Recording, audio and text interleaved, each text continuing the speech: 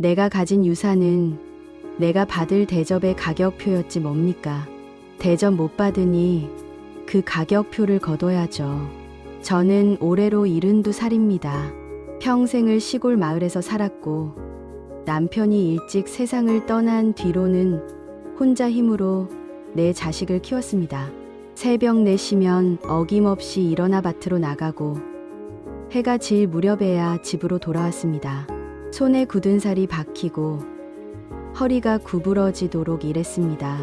그렇게 번 돈으로 자식들을 대학까지 보냈고 결혼도 시켰습니다. 남편은 제가 36살 때 세상을 떠났습니다. 교통사고였습니다. 그때 큰아들이 14살, 둘째가 12살, 딸이 9살, 막내가 겨우 5살이었습니다. 장례식장에서 울고 있는 내 아이들을 보면서 저는 다짐했습니다. 기어코 이 아이들을 다 키워내겠다고 말입니다. 그날부터 제 인생은 전쟁터였습니다. 새벽 시장에 나가 채소를 팔았고 낮에는 남의 집 일을 거들었습니다. 밤에는 동네 공장에서 부품 조립 일을 했습니다. 하루에 서너 시간밖에 못 잤지만 포기하지 않았습니다. 자식들 학비를 벌기 위해서였습니다. 큰아들은 공부를 잘했습니다. 전교에서 1등을 놓친 적이 없었고 결국 서울에 있는 명문대학교에 합격했습니다. 합격 통지서를 받던 날 저는 기뻐서 울었습니다. 평생 고생한 보람이 있었습니다. 둘째도 부산에 있는 대학에 갔고 딸은 대전으로, 막내는 제주도로 갔습니다. 4명 모두 대학을 졸업시켰습니다. 그 과정이 얼마나 힘들었는지 말로 다 할 수 없습니다. 등록금을 마련하려고 밤낮으로 일했고 생활비를 보내려고 쌀 한 톨도 아껴 먹었습니다. 겨울에는 보일러를 켜지 않고 이불을 여러 겹 덮고 잤습니다.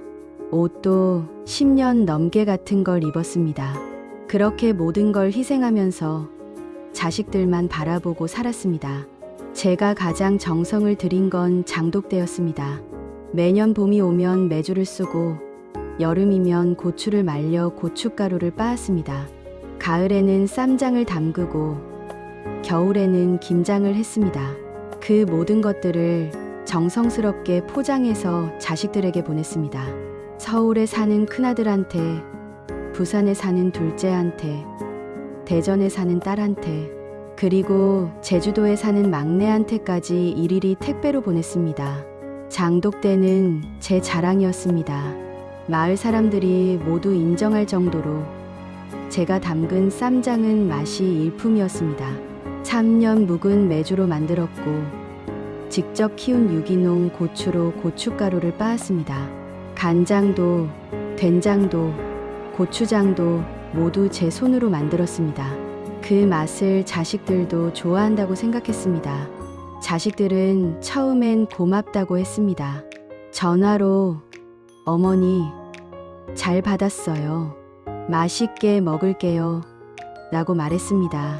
큰아들은 대학 다닐 때 기숙사 친구들한테 쌈장을 나눠줬다고 자랑했습니다.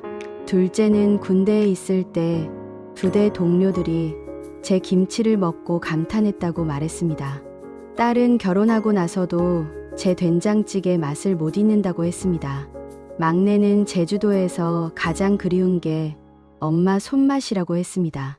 그런데 시간이 지나면서 달라지기 시작했습니다. 전화를 해도 어머니 바빠서 나중에 통화할게요 라며 끊어버렸고 명절에도 얼굴 보기가 힘들어졌습니다. 택배를 보내도 잘 받았어요 라는 짧은 문자만 왔습니다. 가끔은 그 문자조차 없었습니다. 전화를 걸어 확인하면 아 받았는데 말하는 걸 깜빡했어요 라는 대답뿐이었습니다. 특히 큰아들은 결혼하고 나서 완전히 사람이 변했습니다. 대학을 졸업하고 대기업에 취직했고 30살에 결혼했습니다. 신부는 서울 강남에서 자란 여자였습니다. 결혼식 날 신부 측 하객들을 보니 모두 화려하고 세련되어 보였습니다. 저는 시골에서 올라온 촌스러운 노파처럼 느껴졌습니다. 큰아들의 며느리는 명품 가방을 10개도 넘게 가지고 있었고 해외여행을 1년에 대여섯 번씩 다녔습니다. 인스타그램에는 매일 화려한 사진들이 올라왔습니다. 파리, 밀라노, 뉴욕, 도쿄, 런던, 세계 각국을 돌아다니는 모습이었습니다. 명품 가게에서 쇼핑하는 사진, 미슐랭 레스토랑에서 식사하는 사진, 호텔 수영장에서 찍은 사진들이 가득했습니다. 저한테는 항상 예의 바르게 대했지만 그 눈빛 속에는 뭔가 차가운 게 있었습니다. 제가 시골에서 올라갈 때마다 며느리는 인사는 하면서도 금방 자기 방으로 들어가 버렸습니다. 어머니 오셨어요. 저 좀 피곤해서 먼저 들어갈게요 라는 말을 자주 들었습니다. 아들도 달라졌습니다.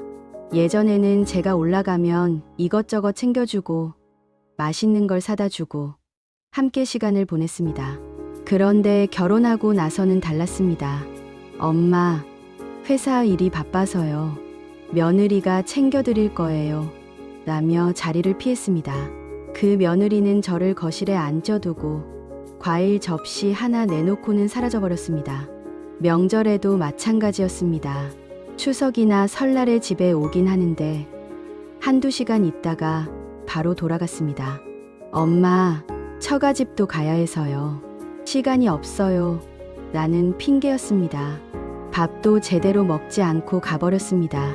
제가 며칠 전부터 준비한 음식들은 거의 그대로 남았습니다. 그러던 어느 해 가을이었습니다. 저는 올해도 어김없이 쌈장을 담가서 큰아들 집으로 보냈습니다. 3년 묵은 메주로 만든 귀한 쌈장이었고 제가 직접 키운 고추로 만든 고춧가루도 함께 넣었습니다. 유리병 3개에 가득 담아서 정성스럽게 포장했습니다. 뽁뽁이로 한 겹 한 겹 싸고 튼튼한 상자에 넣었습니다.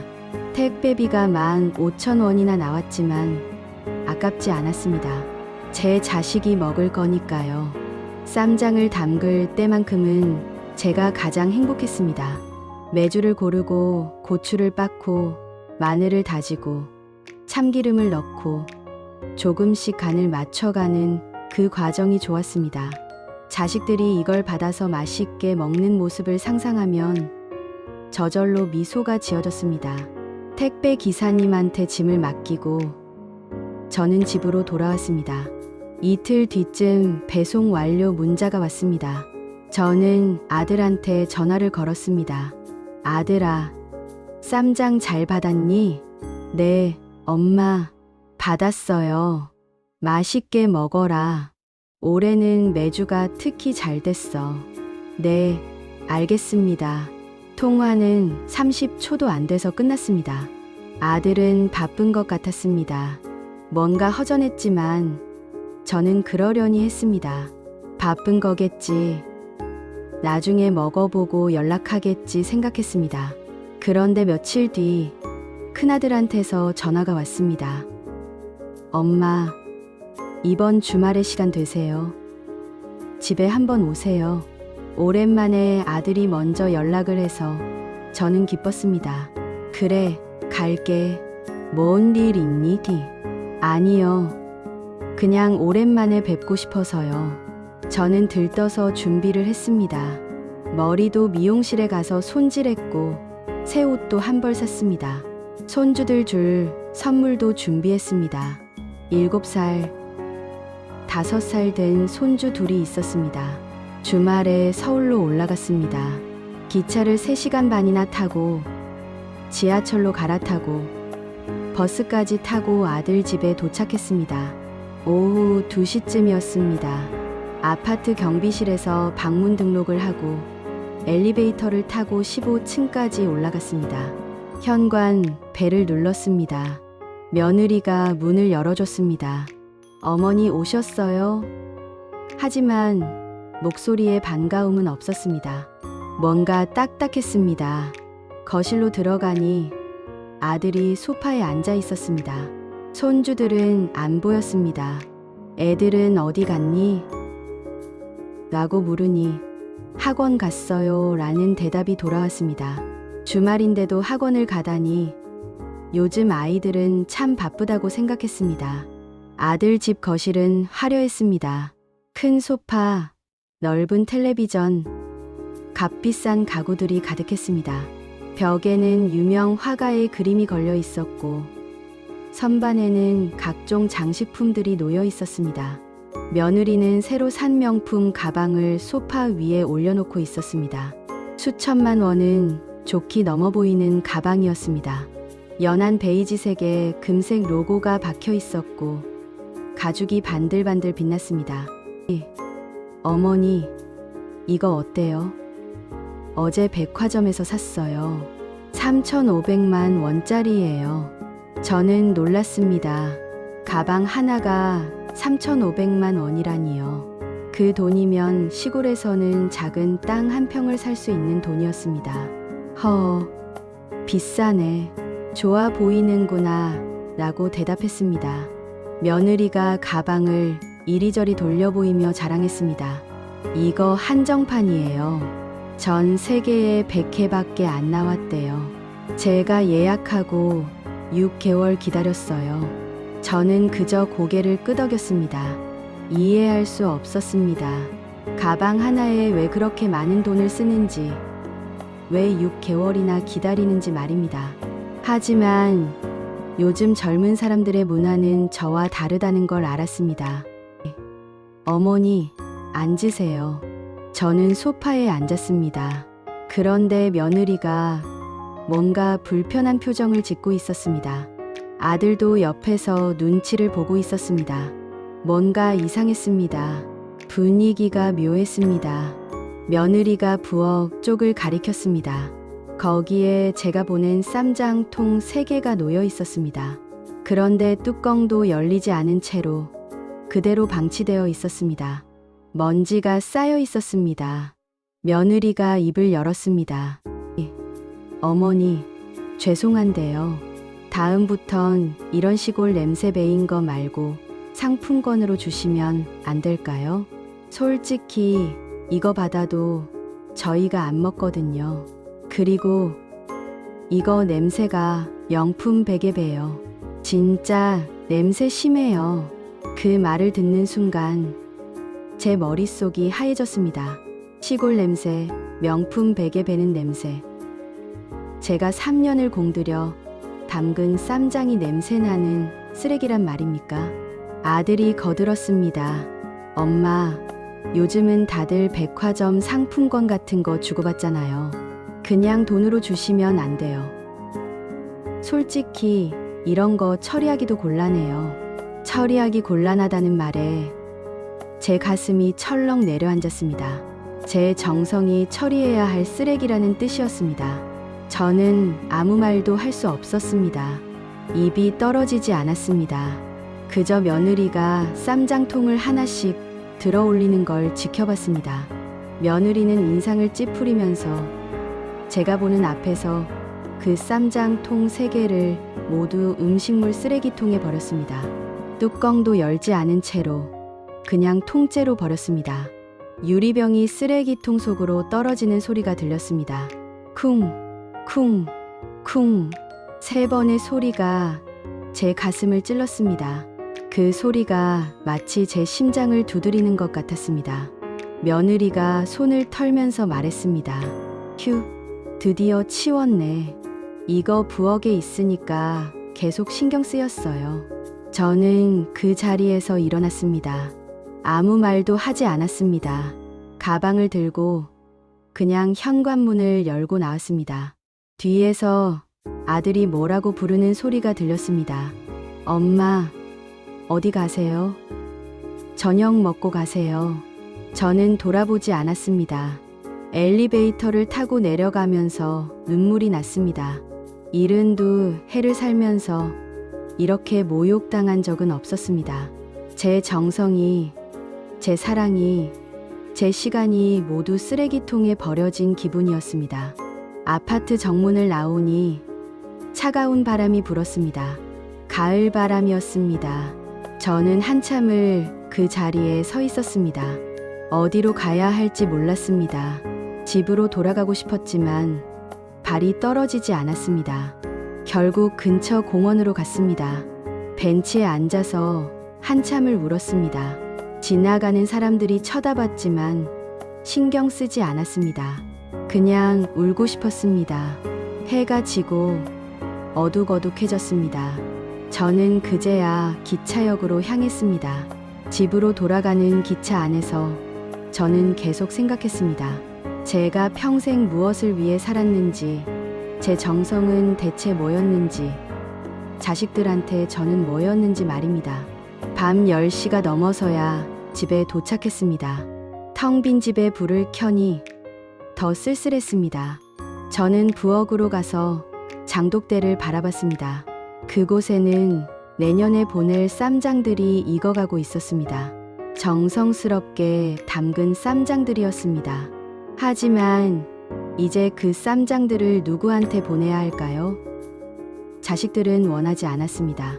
시골 냄새 나는 쓰레기라고 했습니다. 저는 그날 밤 잠을 이루지 못했습니다. 새벽 3시까지 뒤척이다가 결심했습니다. 더 이상 이렇게 살 수 없다고 말입니다. 무언가를 바꿔야 한다고 생각했습니다. 다음 날 아침, 저는 서재로 갔습니다. 오래된 서랍장을 열고 제일 아래 칸에 보관해둔 서류들을 꺼냈습니다. 부동산 등기부등본, 토지대장, 재개발 관련 서류들이었습니다. 먼지가 쌓여 있었습니다. 몇 년 동안 한 번도 열어보지 않았던 서류들이었습니다. 저희 남편이 남긴 유산이 있었습니다. 시내 외곽에 있는 낡은 주택 한 채와 그 주변 토지 200평이었습니다. 남편이 살아계실 때는 별 가치가 없었습니다. 허름한 단층집이었고 주변은 온통 밭뿐이었습니다. 남편은 언젠가 그 땅에 큰 집을 짓고 싶다고 했었습니다. 하지만 그 꿈을 이루지 못하고 세상을 떠났습니다. 그런데 10년 전부터 그 일대가 재개발 예정지로 지정되었습니다. 시에서 신도시 개발 계획을 발표했고 저희 땅도 그 안에 포함되었습니다. 처음에는 별일 아니라고 생각했습니다. 계획이야 많지만 실제로 진행되는 건 드물다고 들었으니까요. 하지만 지난해부터 본격적으로 사업이 진행되기 시작했습니다. 재개발 조합이 만들어졌고 주민 설명회가 열렸습니다. 저도 몇 번 참석했습니다. 그곳에서 들은 이야기는 놀라웠습니다. 제 땅의 시세가 엄청나게 올랐다는 것이었습니다. 부동산 중개업자가 몇 번이나 찾아와서 땅을 팔라고 했습니다. 어머니, 지금 파시면 10억 원은 좋게 받으실 수 있습니다. 기회를 놓치지 마세요 라고 했습니다. 10억 원이라는 금액에 저는 깜짝 놀랐습니다. 제가 평생 벌어본 돈을 다 합쳐도 그 절반도 안 될 거였습니다. 하지만 저는 팔지 않았습니다. 자식들한테 물려주려고 아껴뒀던 겁니다. 큰아들이 사업 자금이 필요하다고 하면 주려고 했고 둘째가 집을 사고 싶다고 하면 도와주려고 했습니다. 딸이 가게를 내고 싶다고 하면 지원해주려고 했고 막내가 결혼 자금이 필요하다고 하면 보태주려고 했습니다. 그게 부모의 도리라고 생각했습니다. 제가 가진 전부를 자식들한테 주는 게 당연하다고 여겼습니다. 그래서 힘들게 일해서 번 돈도 제가 쓰지 않고 모두 저축했습니다. 옷도 제대로 사 입지 않았고 맛있는 것도 먹지 않았습니다. 여행도 가지 않았고 취미 생활도 하지 않았습니다. 모든 걸 참으면서 자식들을 위해 모았습니다. 그런데 이제 생각이 바뀌었습니다. 쌈장을 쓰레기통에 버리는 모습을 본 순간 깨달았습니다. 제 희생은 자식들한테 아무 의미가 없다는 걸 말입니다. 제 정성은 그들한테 그저 귀찮은 짐일 뿐이었습니다. 그렇다면 제 유산도 마찬가지가 아닐까요? 제가 죽고 나면 자식들은 그 돈을 받아서 명품 가방이나 사고 해외여행이나 가고 자기들 좋을 대로 쓸 겁니다. 제 희생을 기억하지 않을 겁니다. 제 사랑을 고마워하지 않을 겁니다. 저는 그날 오전 10시에 부동산 중개사무소로 갔습니다. 사무실 문을 열고 들어가니 사장님이 반갑게 맞아줬습니다. 어머니, 어서 오세요. 앉으세요. 저는 서류를 꺼내며 말했습니다. 이 땅을 팔고 싶습니다. 사장님이 서류를 보더니 눈이 휘둥그레졌습니다. 어머니, 정말이세요? 진심이세요? 네, 진심입니다. 그리고 그 돈으로 서울 강남에 있는 작은 상가 건물을 사고 싶습니다.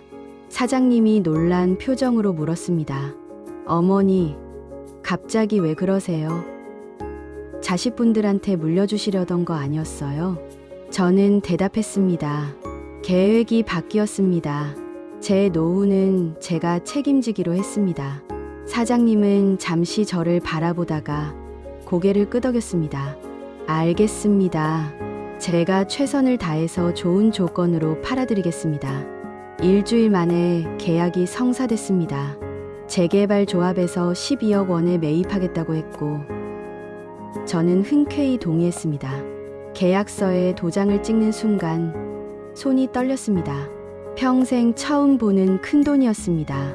각종 세금을 떼고 나니 순수하게 남은 돈이 9억 5천만 원이었습니다. 그 돈이 통장에 들어왔을 때 저는 한참을 통장을 들여다봤습니다. 숫자가 너무 많아서 제대로 세어지지도 않았습니다. 그 돈을 들고 저는 서울로 올라갔습니다. 시골집을 정리하고 짐을 쌌습니다. 가져갈 건 많지 않았습니다. 옷 몇 벌, 사진 앨범, 남편의 유품 몇 가지뿐이었습니다. 장독대는 이웃에게 나눠줬습니다. 제가 이제 서울로 갑니다. 이거 잘 쓰세요. 라고 말했습니다. 이웃들이 놀라며 물었습니다. 순자 씨, 왜 갑자기 서울로 가요? 여기서 평생 사셨잖아요. 저는 웃으며 대답했습니다. 새로운 인생을 시작하려고요. 이제 제 인생을 살아보려고 합니다. 서울에 도착해서 저는 부동산 컨설턴트를 고용했습니다. 전문가의 도움이 필요했습니다.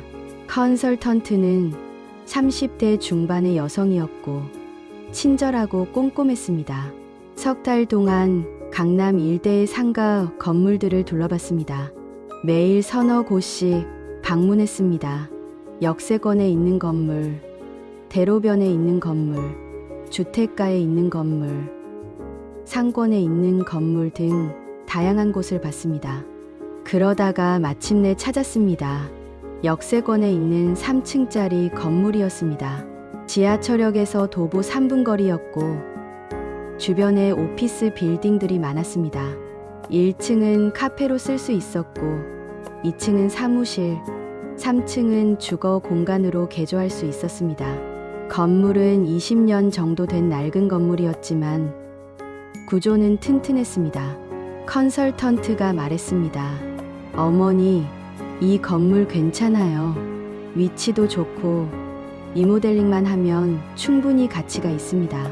가격은 8억 원인데 협상하면 7억 5천만 원 정도로 내려갈 것 같아요. 저는 협상 없이 8억 원에 샀습니다. 건물주가 급하게 팔려고 하는 것 같았고 저도 서두르고 싶었습니다. 계약서에 도장을 찍는 순간 뭔가 후련했습니다. 평생 처음으로 제 이름으로 된 건물을 가지게 된 겁니다. 남은 돈 1억 5천만 원으로는 건물을 리모델링했습니다. 인테리어 업체를 고용했고 2달 동안 공사를 했습니다. 3층을 제 취향대로 꾸몄습니다. 넓은 거실, 작은 부엌, 그리고 남향으로 난 큰 창문이 있는 방을 만들었습니다.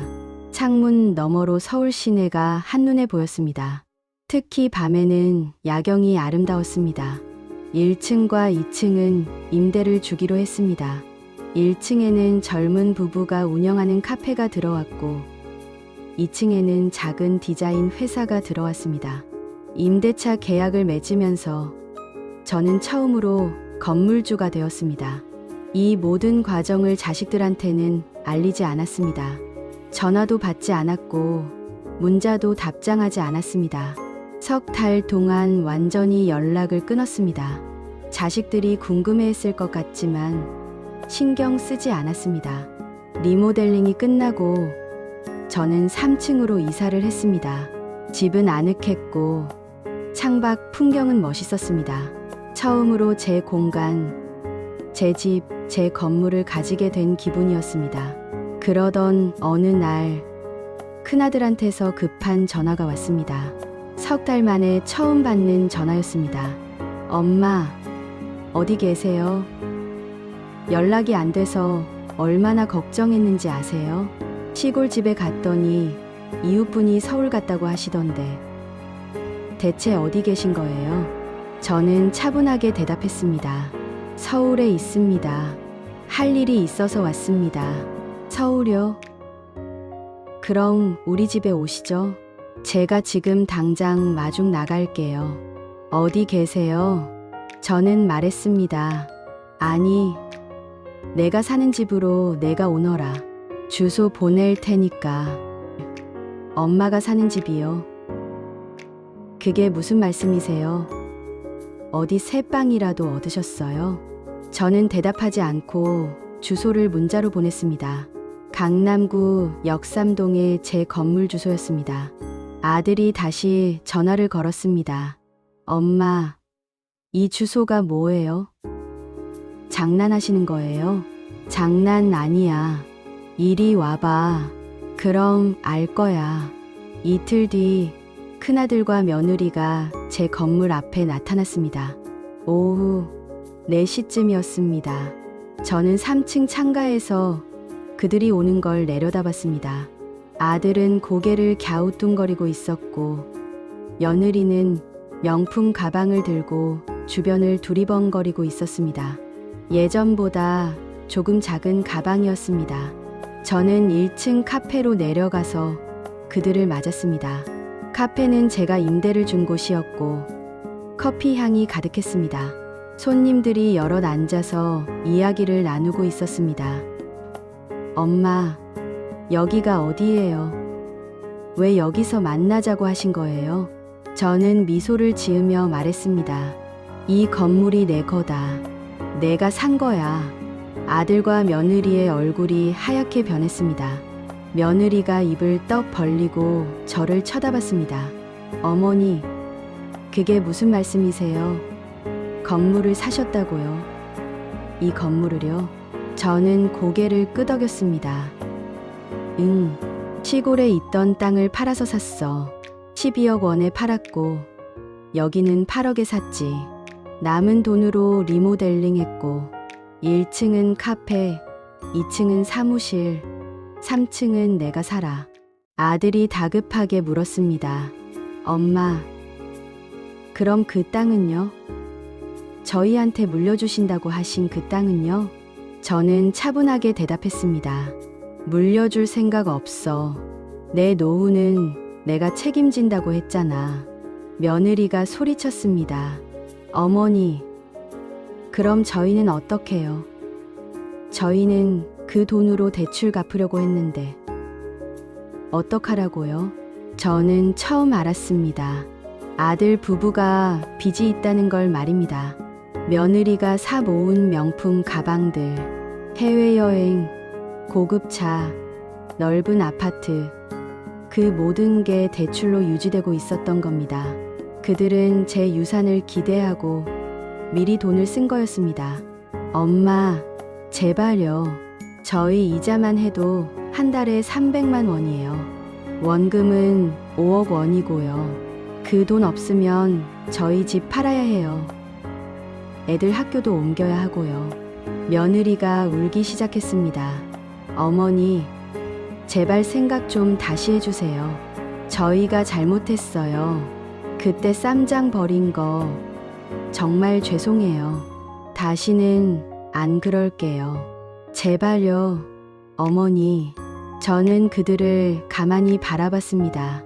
울고불고 매달리는 모습이 측은하기도 했지만 동시에 화가 났습니다.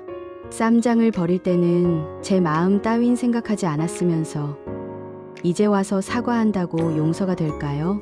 저는 가방에서 봉투 하나를 꺼냈습니다. 그 안에는 5만 원권 20장이 들어 있었습니다. 100만 원이었습니다. 저는 그 봉투를 아들 앞 테이블 위에 놓으며 말했습니다. 그 명품 백보다 내가 담근 쌈장이 더 귀했습니다. 나는 더 이상 너희 감정 쓰레기통이 아닙니다. 이건 내가 받은 쌈장 값이야. 이걸로 명품 백 하나 사라. 아니면 빚 갚는데 보태라. 아들이 멍하니 봉투를 바라봤습니다. 며느리는 울음을 멈추고 입을 벌린 채 저를 쳐다봤습니다. 저는 자리에서 일어나며 마지막으로 말했습니다. 앞으로 연락하지 마라. 나는 내 인생을 살 거야. 너희도 너희 인생을 살아라. 이제 우리는 남이다. 그렇게 말하고 저는 3층으로 올라갔습니다. 뒤에서 아들이 부르는 소리가 들렸지만 돌아보지 않았습니다. 며느리가 우는 소리도 들렸지만 신경 쓰지 않았습니다. 엘리베이터가 없는 건물이라 계단을 올라갔습니다. 한 계단 한 계단 오를 때마다 제 마음이 가벼워지는 것 같았습니다. 그로부터 6개월이 흘렀습니다. 저는 강남에서의 새 생활에 완전히 적응했습니다. 매일 아침 7시에 일어나서 창문을 열고 서울 시내를 바라보는 것으로 하루를 시작했습니다. 공기가 신선했고 새들이 지저귀는 소리가 들렸습니다. 아침 식사를 간단히 하고 1층 카페로 내려갔습니다. 임차인이 내려주는 따뜻한 아메리카노 한 잔으로 하루를 시작했습니다. 어머니, 오늘도 좋은 하루 되세요. 라는 인사를 받으며 커피를 훌쩍였습니다. 2층 사무실은 작은 디자인 회사에 임대를 줬고 매달 200만 원의 임대료가 들어왔습니다. 1층 카페에서도 300만 원이 들어왔습니다. 한 달에 500만 원의 임대 수입이 생긴 겁니다. 그 돈으로 생활비를 쓰고 남은 돈은 저축했습니다. 3층은 제가 살고 있었고 창밖으로 보이는 서울 야경이 참 좋았습니다. 특히 금요일 밤에는 도심의 불빛들이 반짝반짝 빛났습니다. 혼자 와인 한 잔을 마시며 야경을 감상하는 게 제 작은 행복이 되었습니다. 남은 돈으로 차도 한 대 샀습니다. 고급 수입차는 아니었지만 깨끗하고 편안한 국산차였습니다. 제게는 충분했습니다. 운전면허는 50대에 땄었고 시골에서는 가끔 경운기를 몰았지만 이제는 제 차가 생긴 겁니다. 주말마다 드라이브를 나갔습니다. 가고 싶었던 곳들을 다녔습니다. 제주도에는 사흘 동안 머물렀고 강릉에서는 바다를 보며 커피를 마셨습니다. 부산에서는 해운대 해변을 걸었고 전주에서는 한옥마을을 둘러봤습니다. 경주에서는 불국사와 석굴암을 방문했습니다. 혼자 여행하는 게 외롭지 않냐고 물으신다면 전혀 그렇지 않다고 대답하겠습니다. 오히려 자유로웠습니다. 제가 가고 싶은 곳을 가고 제가 머물고 싶은 만큼 머물고 제가 먹고 싶은 걸 먹었습니다. 누구 눈치도 보지 않았고 누구한테 맞출 필요도 없었습니다.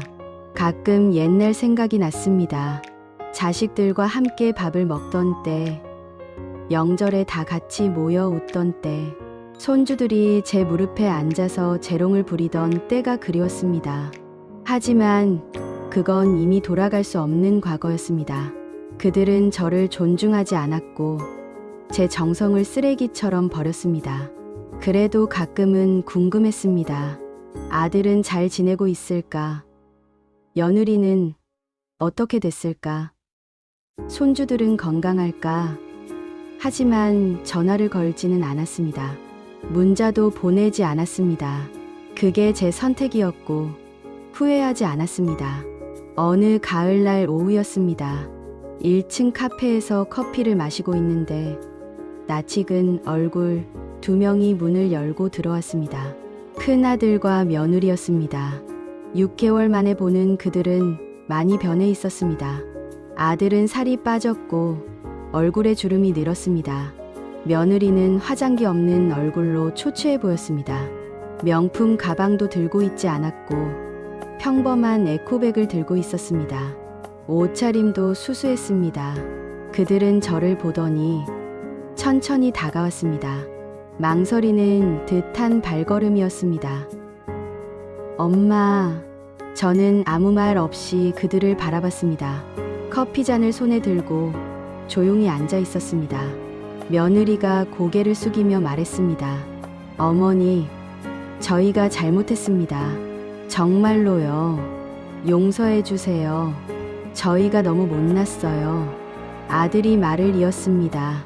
엄마, 저희 집 팔았어요.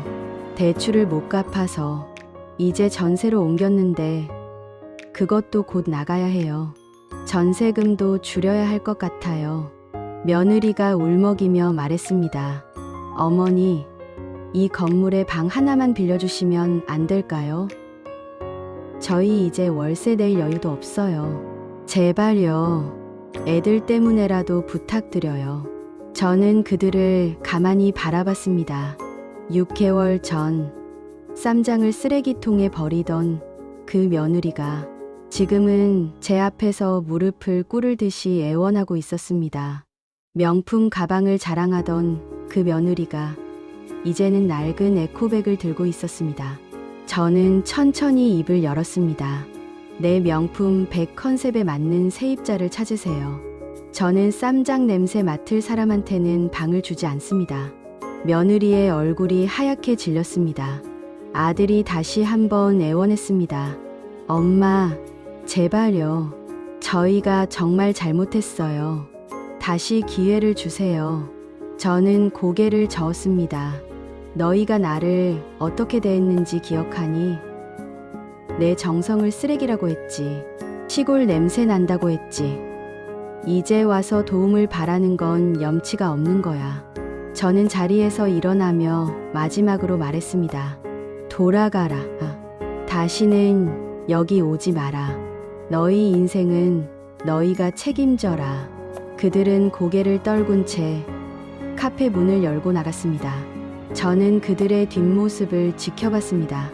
아들의 어깨가 축 처져 있었고 며느리는 손수건으로 눈물을 닦고 있었습니다. 안쓰럽기도 했지만 후회는 없었습니다. 그들이 저를 어떻게 대했는지 저는 잊지 않았습니다. 용서는 할 수 있어도 다시 관계를 맺을 수는 없었습니다. 그날 저녁 저는 3층 거실에서 창밖을 바라봤습니다. 서울의 야경이 반짝반짝 빛나고 있었습니다. 제 건물, 제 공간, 제 인생이었습니다. 저는 혼잣말로 중얼거렸습니다. 유산으로 사람을 묶어둘 필요는 없습니다. 내 돈으로 내 자유를 샀습니다. 이제 저는 진정으로 자유로웠습니다. 누구한테도 기대를 걸지 않았고 누구한테도 인정받으려 하지 않았습니다. 그저 제가 하고 싶은 일을 하고 제가 가고 싶은 곳을 가고 제가 만나고 싶은 사람을 만났습니다. 다음 날 저는 여행 가방을 쌌습니다. 유럽 배낭여행을 가기로 했습니다. 프랑스, 이탈리아, 스페인, 스위스를 한 달 동안 돌아다닐 계획이었습니다. 72살의 나이에 혼자서 떠나는 여행이었지만 두렵지 않았습니다. 오히려 설레었습니다. 여행사에서 일정을 짜주었고 호텔도 예약했습니다. 비행기 표도 샀습니다. 이코노미석이 아닌 비즈니스석으로 샀습니다. 제 돈으로 제가 편하게 가는 겁니다. 공항으로 가는 택시 안에서 저는 창밖을 바라봤습니다. 제 건물이 점점 작아지고 있었습니다. 하지만 마음은 편안했습니다. 임차인들한테 한 달 동안 연락이 안 될 거라고 미리 알려뒀고 관리는 부동산 회사에 맡겼습니다. 공항에 도착해서 체크인을 하고 출국 심사를 받았습니다. 면세점에서 쇼핑도 하고 라운지에서 쉬기도 했습니다. 탑승 시간이 되어 비행기에 올랐습니다. 비즈니스석 좌석은 넓고 편안했습니다. 승무원이 샴페인을 따라줬습니다. 저는 그 샴페인을 훌짝이며 창밖을 바라봤습니다. 비행기가 이륙하고 서울이 점점 멀어졌습니다. 새로운 세상으로 가는 길이었습니다. 72살의 나이에 혼자서 자유롭게 떠나는 여행이었습니다. 여러분은 어떻습니까? 유산보다 더 값진 건 나만의 자립이 아닐까요? 누군가를 위해 희생하는 삶도 아름답지만 나 자신을 위해 사는 삶도 가치 있지 않을까요? 저는 이제 압니다. 진짜 행복은 다른 사람의 인정이 아니라 내 스스로 만들어가는 거라는 걸 말입니다. 자식들의 사랑을 기다리는 것보다 나 자신을 사랑하는 게 더 중요하다는 걸 깨달았습니다. 비행기가 구름 위를 날고 있었습니다. 창밖으로 보이는 하늘은 파랗고 맑았습니다. 저는 눈을 감고 미소를 지었습니다. 이제 제 인생의 새로운 장이 시작됩니다.